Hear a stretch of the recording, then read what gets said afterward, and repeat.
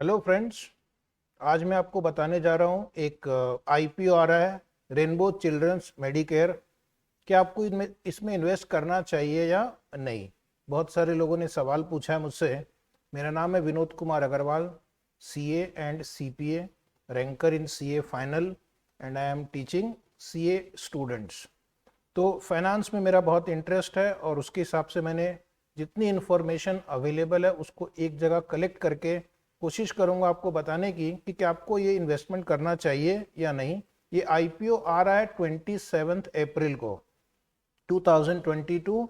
27 अप्रैल को आईपीओ आएगा और इस आईपीओ की लास्ट डेट है 29 अप्रैल। तो 27, 28 और 29 3 दिन ये आईपीओ खुला रहेगा, जिसमें आप आईपीओ के लिए सब्सक्राइब कर सकते हैं। और इस आईपीओ की प्राइस बैंड जो है इन्होंने रखी है, लोअर एंड पे 516 है और हायर बैंड पे 542 है।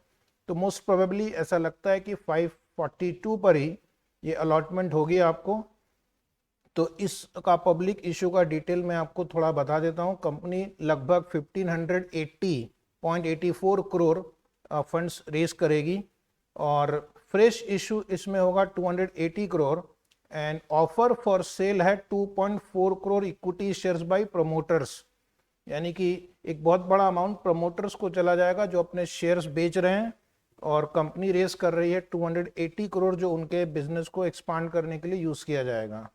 तो इस कंपनी की बैलेंस शीट में आप देखेंगे तो लगभग 40 करोड़ का नॉन कन्वर्टिबल डिबेंचर है।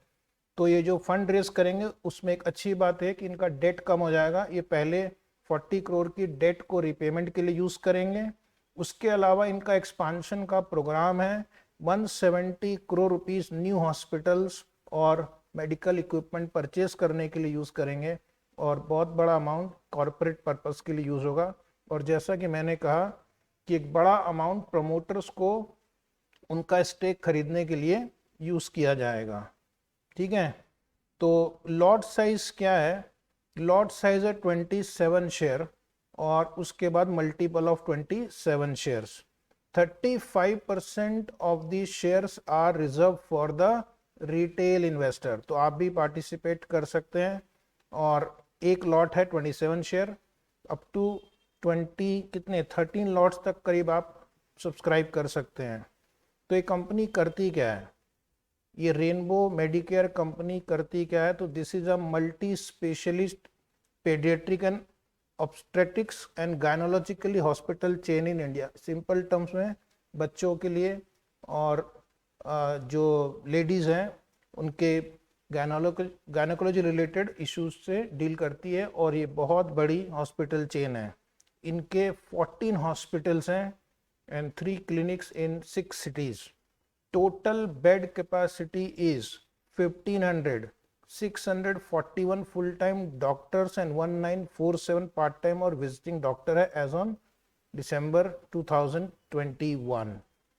क्रिसिल रिसर्च रिपोर्ट में लिखा गया है कि ये जो पेडियाट्रिक हेल्थ केयर का मार्केट है, जो फिलहाल 1.01 लाख करोड़ है, ये बढ़कर 2.1 लाख करोड़ हो जाएगा।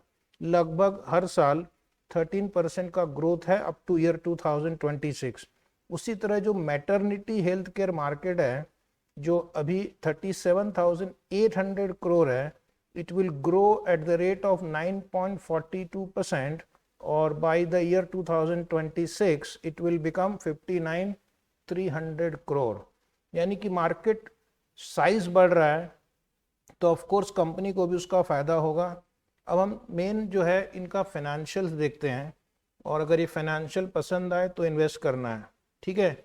तो अगर हम देखेंगे तो इनका दिसंबर 2021 जो 9 मंथ्स पीरियड अभी खत्म हुआ है, इसमें इनकी प्रॉफिट 228% से ग्रो की है। इनका प्रॉफिट अभी 126.4 करोड़ है।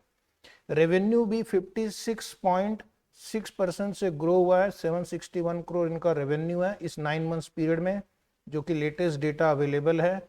और इनका जो बोरिंग है वो लगभग 40 करोड़ है, जो रिपेमेंट हो जाएगा इस पब्लिक इशू के बाद। तो एक चीज़ जो मुझे अच्छी लग रही है कि इनका सेल्स ग्रो कर रहा है, प्रॉफिट ग्रो कर रहा है, और ये प्रॉफिट मेकिंग कंपनी है। डेट बहुत कम है, और जो डेट है वो भी रीपेमेंट हो जाएगा। इस कंपनी के प्रोमोटर्स और मैनेजमेंट के बारे में भी देखेंगे तो जो मुझे समझ में आया है, these are highly qualified professionals और इनके पास MBA और अपनी CA की डिग्री भी है।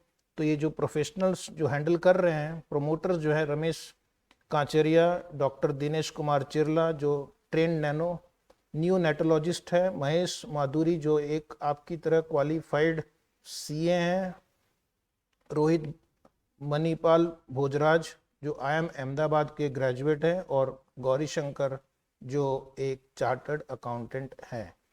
तो एज फार एज प्रोमोटर और management is concern, we are little happy that you are in the good hands. Promoter का स्टेक अभी 62.19% है, जो बाद में घट जाएगा इस IPO के बाद।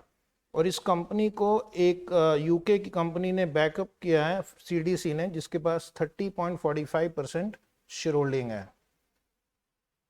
तो थोड़ा रिस्क भी जान लेते हैं। एक तो है कि ये हेल्थ केयर इंडस्ट्री है, रेगुलेटरी चेंजेस की वजह से जो भी रिस्क है वो इस कंपनी को अफेक्ट करेगी, इसके ऑपरेशंस और कैश फ्लो को अफेक्ट करेगी। कंपनी के अगेंस्ट कुछ लीगल प्रोसीडिंग्स चल रही जिसकी वैल्यू लगभग 25.38 करोड़ है। और ये बिजनेस सीजनल है, कुछ मंथ्स में बहुत ज़्यादा रेवेन्यू नहीं होता। फॉर एग्जांपल मार्च टू मई, जिस समय स्कूल की छुट्टी रहती है, वेकेशन पीरियड रहता है, तो बच्चे खेल कूद में मस्त रहते हैं। देयरफॉर थोड़ा इनका बिजनेस 2-3 महीने के लिए डाउन हो सकता है।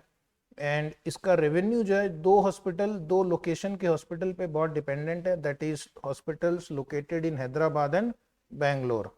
एंड हेल्थ केयर इंडस्ट्री में भी अभी स्टिफ कंपटीशन है, and therefore this company is also going to face tough competition from its peers. So finally जिसके लिए हम वेट कर रहे हैं कि क्या ये स्टॉक बाई करना चाहिए, तो अगर आप इसकी वैल्यूएशन देखेंगे compare to the peer groups, the valuation is very attractive, यानी कि प्राइस आपको डिस्काउंटेड प्राइस पे मिल रही है। और अगर हम पी रेशियो देखेंगे तो इसकी पी रेशियो कम है compare to its other listed company peers. इसका पी रेशियो जो हम निकाल सकते हैं based on annualise financial year 2022 के अर्निंग के बेसिस पे, तो वो आ रहा है 43.53।